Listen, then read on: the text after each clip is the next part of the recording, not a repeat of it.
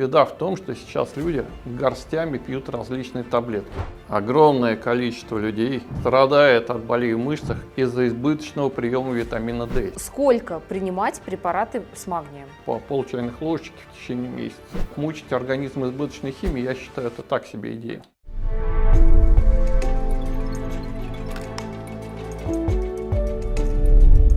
Друзья, добрый день! По вашим многочисленным просьбам мы подготовили второй выпуск с доктором Евдокименко. В нем мы ответим на ваши вопросы и поговорим о болезнях, с которыми можно справиться без лекарств.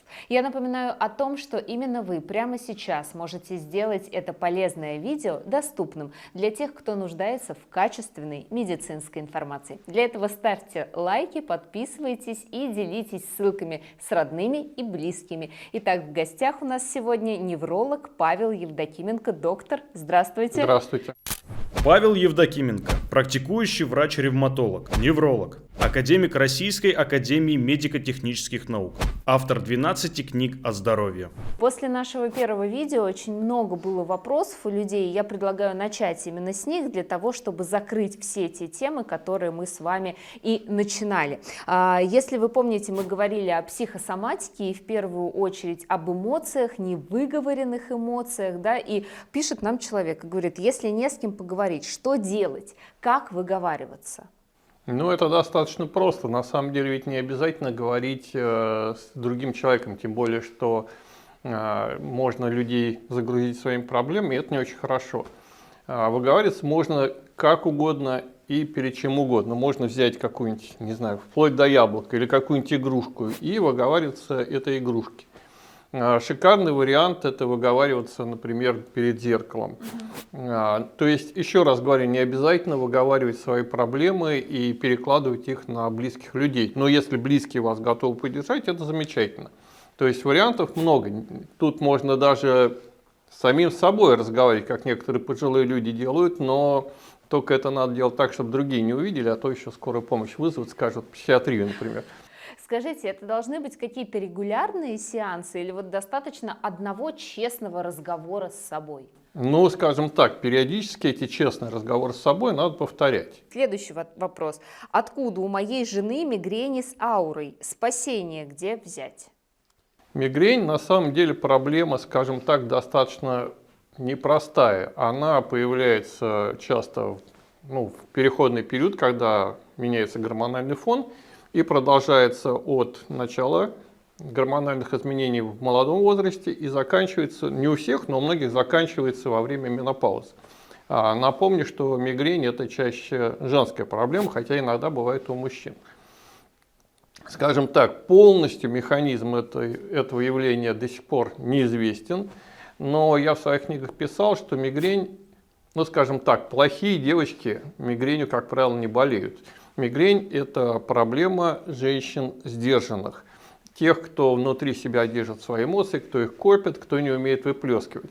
Скажем, какая-нибудь не очень хорошая девушка, гуляющая и даже выпивающая, она вряд ли получит мигрень, потому что она все свои эмоции выплеснет. А тот, кто держит все в себе, да, это часто случается. Скажите, что же делать сейчас, когда уже мигрень с аурой есть, болезнь состоялась, получается, никуда от нее не деться? Да нет, почему? Можно с этим работать, но еще раз хочу подчеркнуть. Из истории, из классиков мы знаем, что мигрень – это беда барышень таких институтских, да, которые много учатся, которые все держат в себе. А о мигрени у крестьянок, практически, я думаю, слышать очень трудно. Поэтому ключевое – если у женщины мигрень, надо начинать двигаться, надо начинать выплескивать свои эмоции с помощью, как минимум движения, а можно с помощью каких-то и упражнений тоже. Первое. Второе. Есть сейчас препараты, которые помогают в основном только при мигрени. Это препараты суматриптана. Как, кстати, отличить мигрень от других видов головной боли? Если вам помогает препарат суматриптана, то это почти наверняка мигрень. Но эти препараты нужно принимать именно в самом начале приступа, тогда они очень быстро и хорошо купируют. Еще раз говорю, если суматриптан не помогает, то, возможно, это не мигрень, а надо обследоваться дальше. Тот беспокоящийся супруг, который и задал нам этот вопрос, что может сделать сейчас? Начать разговаривать со своей женщиной, правильно? Начать разговаривать. Надо, чтобы женщина начала как-то активнее двигаться, чтобы она научилась выплескивать свои эмоции, чтобы она не держала все в себе. Опять же, чтобы не было постоянного перенапряжения, потому что, например, очень часто мигрень усугубляется у людей сидячего труда. И когда человек уходит с работы сидячий, когда он начинает как-то по жизни двигаться и расслабляется, приступы мигрени идут на спад. Есть вопрос относительно работы кишечника. Как улучшить эту работу, в связи с чем эта работа может быть, получается, нарушена, и, соответственно, какая психосоматическая патология здесь лежит в основе? Есть такое понятие, я думаю, все его слышали, медвежья болезнь. То есть, когда человек сильно, не только человек, даже медведь, когда он сильно пугается, то происходит понос, например. Да? Почему? Потому что кишечник освобождается, чтобы легче было драться и убегать. С пустым животом это легче делать. Так вот, еще раз, кишечник напрямую зависит от эмоционального состояния. И очень сильно он зависит от страхов. Если у человека внутренние страхи, то да, у него будут какие-то проблемы с кишечником. Очень часто такое случается. Еще кишечник реагирует на раздражение хроническое. Поэтому вот есть такая болезнь, например, синдром раздраженного кишечника. Понятно, что там другое имеется в виду в названии, но, как ни странно, оно отражает суть болезни. Хроническое раздражение. И если мы хотим улучшить работу кишечника, то, во-первых, надо как-то работать со своим психическим и эмоциональным состоянием, разбираться с этим. Методов очень много, как мы понимаем. Второе. У нас есть хорошие упражнения для живота. Ну, они называются упражнения от панкреатита и холецистита и для улучшения работы кишечника. Так вот, прокачивая живот, можно реально улучшить работу внутренних органов, в том числе кишечника. И еще один метод, о котором я рассказывал в своей программе, посвященной кишечнику. Мой отец родился во время войны в 1942 году. Бабушка была в эвакуации, ну, то есть его мама. И понятно, что когда женщина кормит грудью, то ее, в том числе какие-то стрессовые гормоны, ребенку передаются. Ну и у отца начались большие проблемы с кишечником. Он был совсем еще крохой. Врачи помочь не могли, да, особо их там в эвакуации не было. Но мудрая бабушка сделала очень простую вещь. Она клала его на спинку и начинала, не знаю, как она догадалась, по часовой стрелке гладить по животу и при этом что-то приговаривать. То есть вот воздействуя и на эмоциональную сферу, и получался такой легкий массаж, кишечник прокачивался, но ключевой здесь именно связь с эмоциональным воздействием на ребенка. И хотя шансов, казалось бы, нет, потому что отец погибал от проблем с кишечником, тем не менее он у нее восстановился вот после такого единственного метода. Больше у нее ничего не было под руками. А как вы считаете, взрослому человеку может помочь такая терапия? Я считаю, да, потому что какой-то, не знаю, в каком-то плане мы все еще немножко дети, да, то есть у нас еще вот эти вот паттерны психики, они все еще остаются. Что касается раздражающих факторов, да, вот мы начали говорить о синдроме раздраженного кишечника, а если этот раздражающий фактор убрать невозможно? Ну, предположим, человек работает на нервной работе, вот его начальник раздражает, но уволиться он не может, времена тяжелые. Каким образом, как считаете вы, или какой метод лучше использовать для того, чтобы справиться с этими раздражающими факторами? Первое, как мы говорим, движение обязательно, потому что стресс выплескивается через активное движение. Второе упражнение для кишечника. Третье, можно осваивать какие-то, скажем так, психотерапевтические методы. Например, можно в YouTube найти наше одно простое дыхание от волнения и начать его делать. То есть надо работать со своим эмоциональным состоянием. Ну и, конечно, то, о чем мы говорили в начале программы, надо выговариваться. Как часто? Вот есть ли какой-то алгоритм работы? Как мы в спортзал ходим 3 раза в неделю, по 45 минут. Вот здесь такая же история? Ну, 45, может, не каждый себе может позволить, но хотя бы полчаса в день собой заниматься желательно, конечно. Скажите, пожалуйста, какие-то лекарства рекомендуем мы принимать человеку, у которого которого есть проблемы с работой кишечника? Я хорошо отношусь к одному очень недорогому, но очень эффективному, еще старому советскому средству. Ему бог знает сколько лет, оно копейки стоит, и называется это средство метилурацил. Кстати говоря, это лекарство, которое имеет много полезных функций, включая восстановление внутренних органов и восстановление тканей и послерадиационных поражений. То есть его спектр очень велик. И, кстати говоря, во многих женских дорогих косметических мазях, кремах содержится вот этот копеечный метилурацил. Он обладает хорошими регенерирующими свойствами. Так вот, метилурацил есть, например, в таблетках. И часто при проблемах с кишечником я своим пациентам рекомендую месяц его пропить, чтобы кишечник начал гораздо лучше работать. Единственное, правда, что нужно знать. У метилурацила в таблетках есть такой необычный побочный эффект. Первые несколько дней, когда его принимаешь, может начать болеть голова или живот. Не потому что что-то такое страшное происходит, а просто вот такая реакция. Где-то через 5-7 дней этот эффект у большинства людей проходит, и дальше человек пьет этот препарат целый месяц совершенно спокойно. Но в то же время я своих пациентов предупреждаю, никакого героизма. Если вот эти первые дни головная боль или боль в животе вдруг очень сильная, то тогда, конечно, препарат отменяйте. Павел, сегодня очень модно вообще заниматься чисткой всего организма, почистить от токсинов, от шлаков, и в первую очередь люди собираются чистить свою печень. Как это правильно сделать? Один из моих старших товарищей, я бы сказал, учителей, Павел Петрович Огурцов, в бытность, когда он руководил Центром изучения печени, говорил: Павел, печень чистить не нужно, она прекрасно очищается сама в течение короткого времени, буквально за несколько дней. Достаточно просто перестать пить алкоголь, слишком избыточно много курить и перестать грузить печень какой-то избыточной жирной пищей, особенно вот кремовые тортики разные.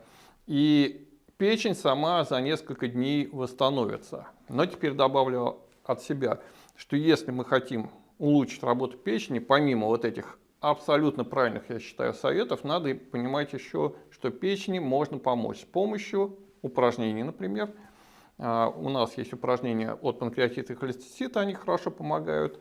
И, например, можно улучшить работу печени с помощью каких-то лекарственных растений. Ну, например, мягкое лекарственное растение с минимумом побочных эффектов – это ортосифон тычиночный и, например, всем известный расторопшик, который хорошо улучшает работу печени.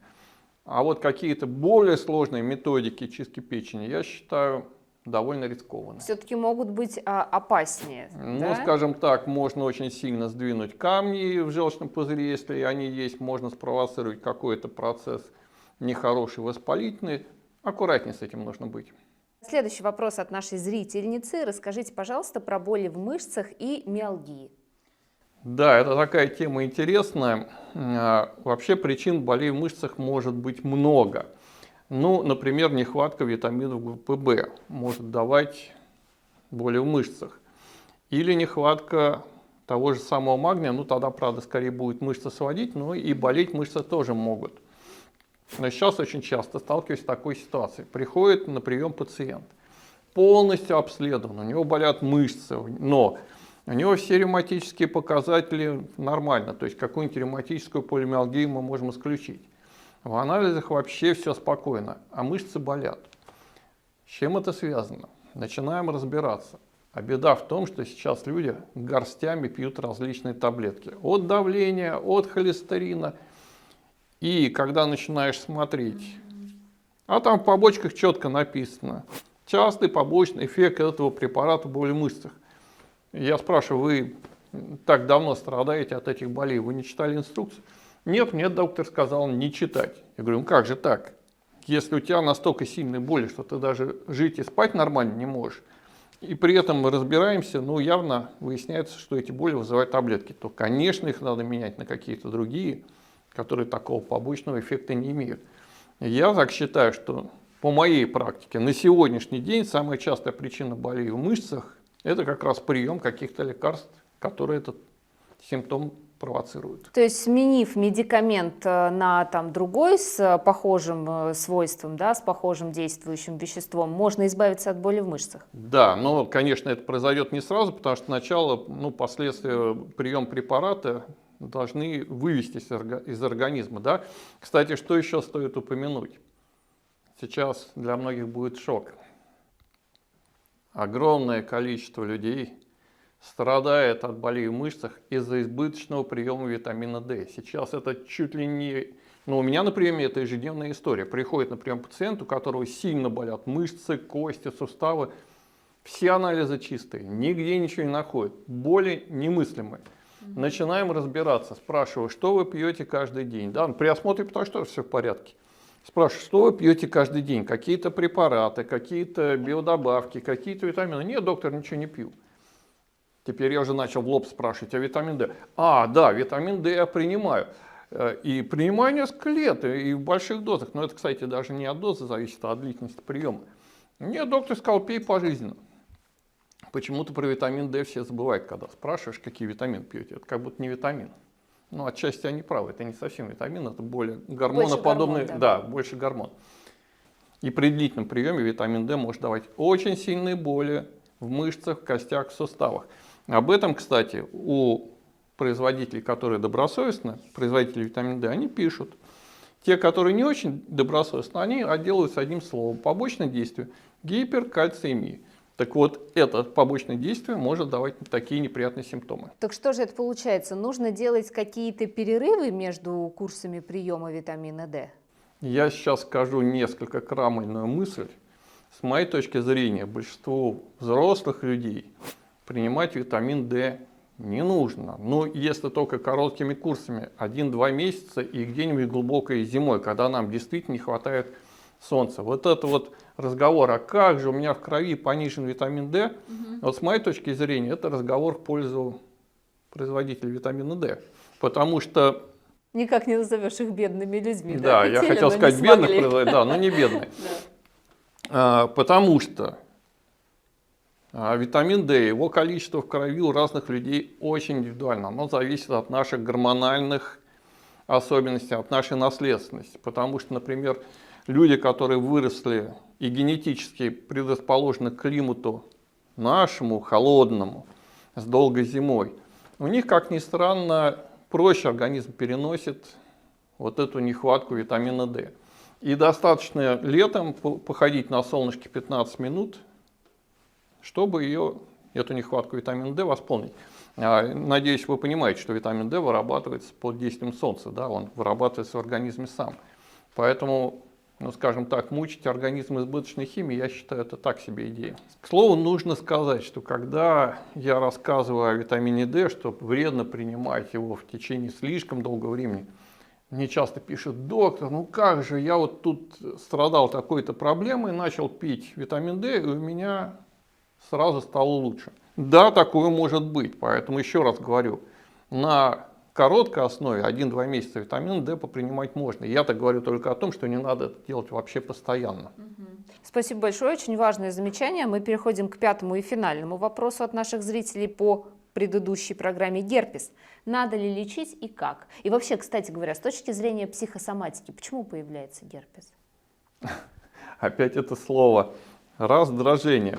Наши предки, когда у людей выскакивал герпес, они говорили: раздражение на губах выскочило. Да? Конечно, герпес зависит не только от раздражения, но я знаю очень много случаев из своих знакомых и друзей и близких, когда человек находился в частом раздражении, герпес выскакивал часто. Когда человек менялся эмоционально, герпес начинал исчезать. Кстати, тот метилурацил, о котором мы рассказали, при его приеме, скажем, курс на месяц, где-то раз в год, у многих людей уменьшает количество приступов герпеса. Еще есть такой препарат, который стоит и недорого, он продается в аптеках, это сок алоэ. Правда, насчет алоэ много отрицательных мифов навыдумывали, якобы он может стимулировать онкологию, с какого бока непонятно, кто-то это придумал, этот миф. Но, тем не менее, если попивать по чуть-чуть алоэ, скажем, по пол-чайных ложечки в течение месяца, по моим наблюдениям, у многих людей количество приступов, чтобы у них выскочил герпес, так вот это количество приступов уменьшается. Очень интересно. А в момент, когда герпес уже выскочил, можно ли каким-то образом с этим справиться или просто остается ждать? Ну, когда герпес уже выскочил, полно в аптеках антигерпетических мазей на этот случай. Вот, но, скажем так, они ускоряют процесс, безусловно, некоторые из этих мазей заживления, восстановления, но в целом, еще раз говорю, надо добиться, чтобы эти приступы стали реже. Отлично. Дорогие друзья, спасибо вам за ваши вопросы. Мы прямо сейчас переходим ко второй части нашей программы. И сейчас с доктором Евдокименко мы хотим поговорить о 3 болезнях, с которыми можно справиться без лекарств. Первая болезнь – это судороги. Расскажите, пожалуйста, о чем может говорить этот симптом? Это не болезнь, правда, это симптом. И что делать, если лекарства нам не нужны? В подавляющем большинстве случаев судороги в ногах вызываются банальной нехваткой магния в организме. Поэтому достаточно порой пропить в течение какого-то времени магний, лучше с витамином В6. Вариантов магния сейчас с витамином В6 в аптеках огромное количество. И вот во многих случаях, если пропить препараты магния, особенно с витамином В6, то в течение какого-то времени судороги довольно быстро, кстати, во многих случаях проходят. Но нужно знать еще один момент. Нехватка магния вызывает судороги в ногах очень часто. Но и избыточный прием магния тоже может вызывать судороги в ногах. Поэтому те люди, которые пьют магний вообще на постоянной основе, у них судороги могут усугубиться. А ведь многие люди пьют магний, даже не зная об этом. Они пьют его в составе какого-то препарата для сердца, например, аспирин с магнием, он по-разному называется, какой-нибудь магнил очередной. И они пьют его годами и не понимают, а почему пошли судороги. Сколько принимать препараты с магнием? Как долго? Обычно своим пациентам я назначаю препараты магния принимать в течение где-то 1-2 месяцев. 2 раза в год, максимум 3 раза в год, но не на постоянной основе. Кстати, что еще нужно иметь в виду? Тот витамин D, о котором мы говорили, при длительном приеме тоже может вызывать судороги в ногах. А еще судороги в ногах вызывают очень многие препараты, от давления, от холестерина и так далее. Опять мы приходим к тому же самому моменту. Избыточный прием лекарств, сейчас неоправданно много их назначают, с моей точки зрения, да, он приводит к тому, что у людей начинаются проблемы со здоровьем, и в частности судороги в ногах. И раз пошел такой разговор, то упомянем еще одну возможную причину судорог в ногах. Это не только нехватка магния, но иногда нехватка калия.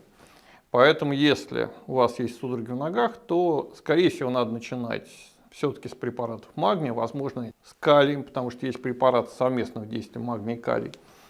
Плюс проверить те препараты, которые вы принимаете, и в большинстве случаев этого будет достаточно. Дорогие друзья, мы лишний раз напоминаем вам о том, что все-таки если вы принимаете какие-то медикаменты, уж будьте добры, не поленитесь, загляните в инструкцию и прочитайте противопоказания или возможные побочные эффекты. Таким образом, вы будете информированы о том, что может случиться с вашим организмом. Доктор, а что касается вот все-таки магния и калия не в таблетках, а из продуктов питания, как вы считаете, можно ли получить необходимое количество этих витаминов, только правильно питаясь? Только правильно питаясь, можно получить необходимое количество этих продуктов, но мало кому, скажем так, удается. Поэтому все-таки периодически с возрастом, когда расход этих микроэлементов увеличивается, или, например, во время стресса увеличивается расход того же самого магния, то лучше все-таки, наверное, какие-то идеи использовать, попринимать тот же магний. Или, как вариант, у меня на канале есть видео, где мы рассказываем о том, что с помощью отвара луковой шелухи можно лечить те же судороги в ногах. Это довольно эффективный метод. Раз уж мы заговорили о витаминах, которые можно приобрести в аптеках, то стоит поговорить и о мультикомплексах. Может быть, действительно проще купить мультикомплекс и не заморачиваться. Мы же сами не врачи, мы не знаем, что нам нужно. Всегда ли такой подход оправдан и обоснован?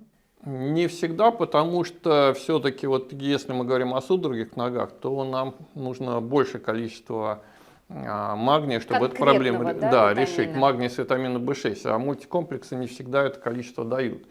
Вообще с мультикомплексами спорный момент, потому что есть мнение, и оно опять же, одни говорят, что это правда, другие говорят, что это неправда, и все это люди с учеными степенями очень спорят, что вот этот витамин с этим несовместим. Я так не считаю, но меня больше смущает, что не всегда качество этих мультикомплексов соответствует заявленному.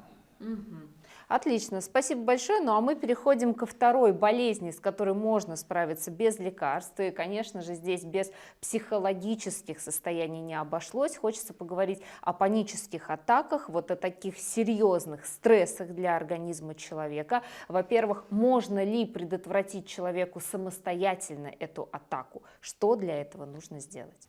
Давайте так, проблема имеет несколько причин.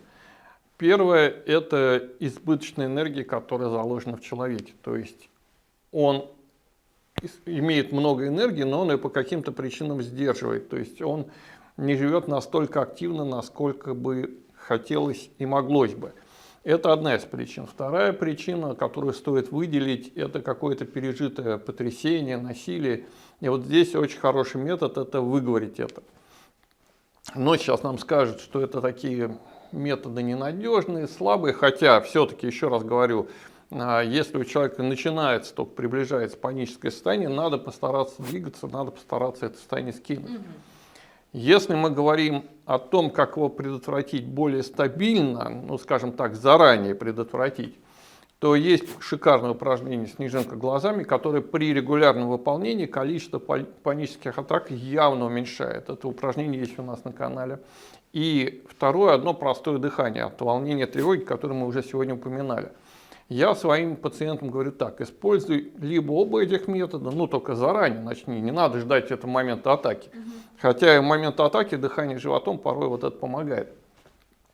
А делай это именно заранее, если ты знаешь, что у тебя есть такая проблема, выговаривайся.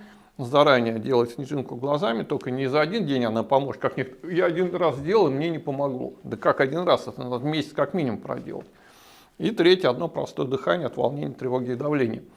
И если уже случается сам приступ, здесь, конечно, трудно давать какие-то очевидные советы, но многим помогает сосредоточение на своем дыхании в этот момент. Человек, когда сосредотачивается на том, как он дышит, то есть вот обращает внимание просто на темп своего дыхания, замедляет его искусственно, то у многих это помогает уменьшить, скажем так, приступ, его силу.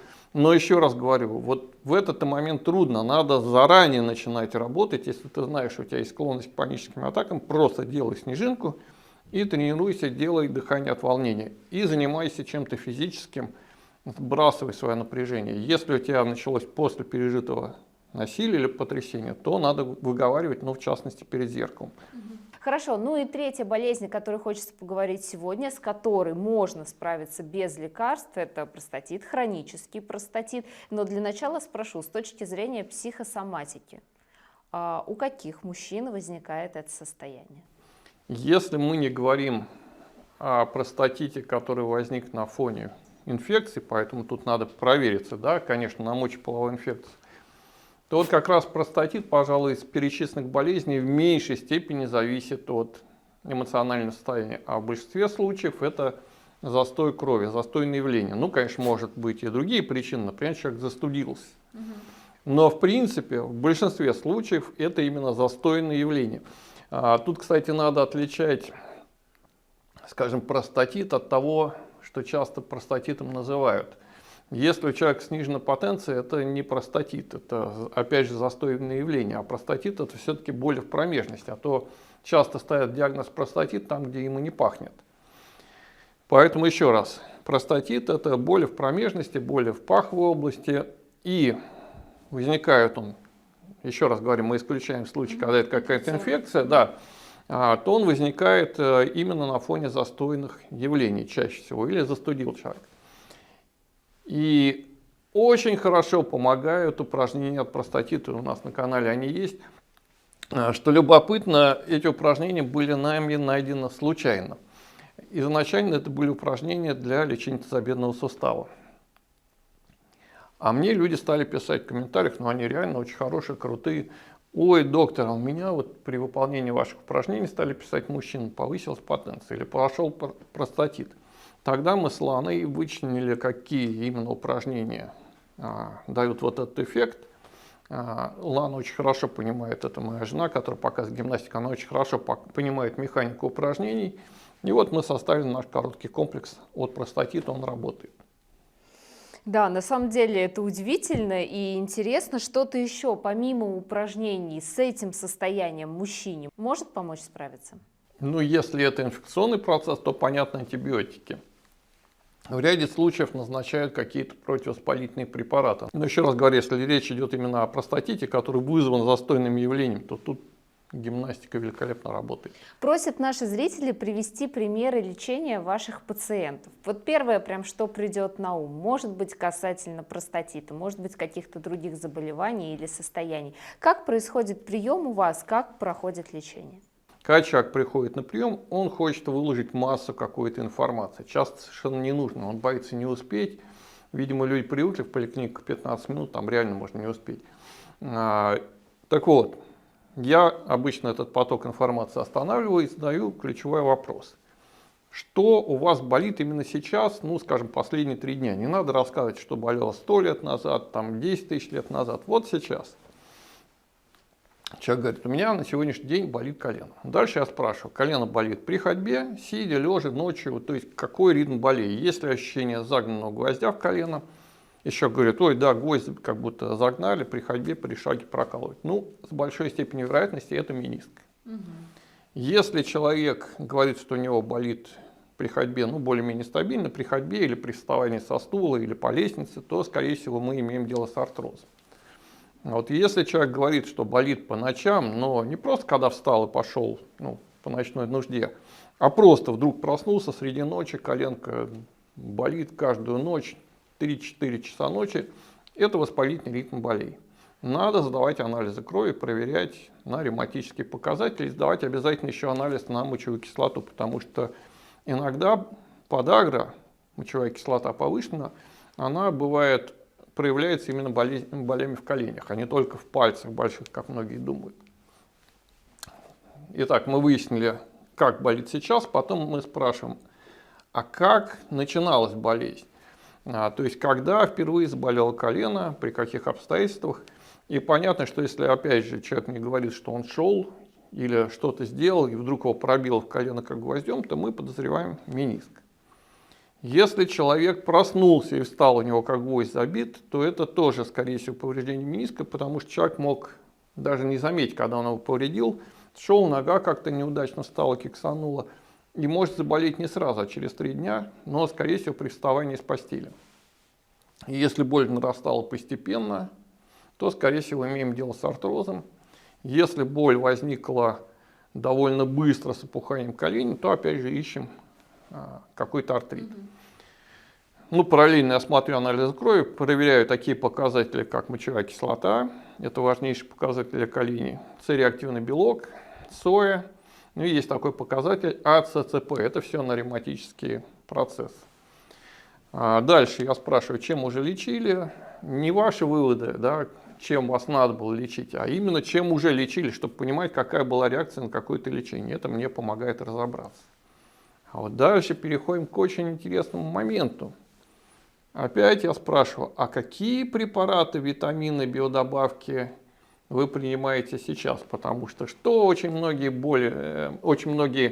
проблемы с коленями начинаются на фоне приема каких-то лекарств и на фоне того же избыточного приема витамина D. И это надо знать. И, конечно, я спрашиваю, чем человек еще болеет, какие другие болезни, потому что есть болезни, которые на колени тоже могут оказывать влияние. И вот только после всего этого, ну еще параллельно я смотрю МРТ, почему не рентген, а МРТ желательно, потому что рентген не отражает мягкие ткани, те же самые мениски он не покажет. А МРТ покажет и связки, и мениски. И вот теперь мы переходим к осмотру пациента. Многие врачи этим сейчас пренебрегают, но это очень важно, потому что то, что болит колено, это не значит, что проблема обязательно в нем. Колено может отдавать тазобедренный сустав. Редко, но в колено может отдавать боль, например, из позвоночника, да, идет вот по ноге до колена. То есть все-таки ты должен, доктор, сам убедиться, что это колено, а не что-то другое. Как оно сгибается, насколько оно опухшее, не опухшее. Вот только тогда, когда мы это все уточнили, тогда мы уже начинаем подбирать лечение. Если говорить о лечении, ну, в зависимости от болезни, артроз, артрит, оно будет, понятно, совсем разное. Например, при артрозе это препараты для восстановления хряща, хондропротекторы. Что это такое, можно узнать в интернете.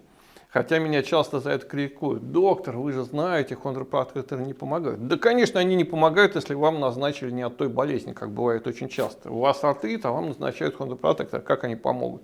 У вас подагра, а вам назначили хондропротектор. У вас побочные действия лекарства, вам назначили хондропротектор. Понятно, что они не помогут. Они помогают именно при артрозе, а не при чем-то другом. Ну и что еще хочу нашим зрителям сказать. Колени великолепно реагируют на правильную лечебную гимнастику. Потому что если человек ленится делать ее, я скажу так, шансов у колени очень мало. И может закончиться заменой при артрозе, например, да, заменой коленных суставов, что не есть хорошо.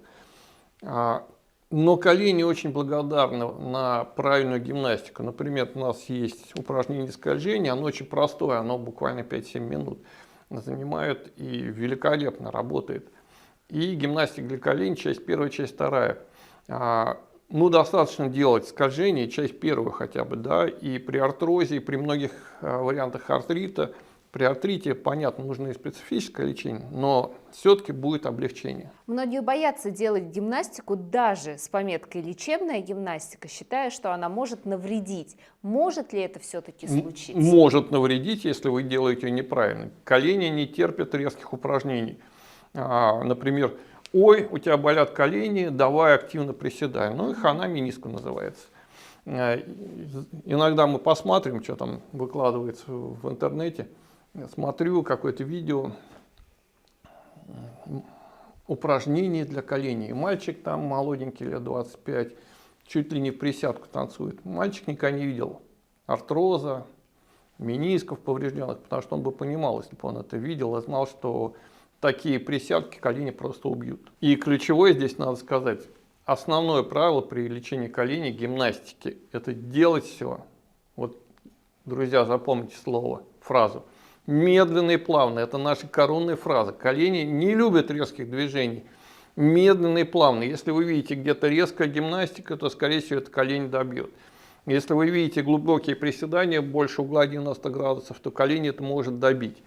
Медленно и плавно. Особенно, если уже человек не молод, старше, там, 50 лет, то уж тут-то однозначно, так медленно и плавно. Друзья, берегите себя, берегите свое здоровье, задавайте оставшиеся вопросы, пожалуйста, нам в комментариях. С вами сегодня был доктор Евдокименко. Павел, спасибо большое, рада была вас видеть. Оставайтесь с нами и будьте здоровы. Увидимся, друзья. Пока.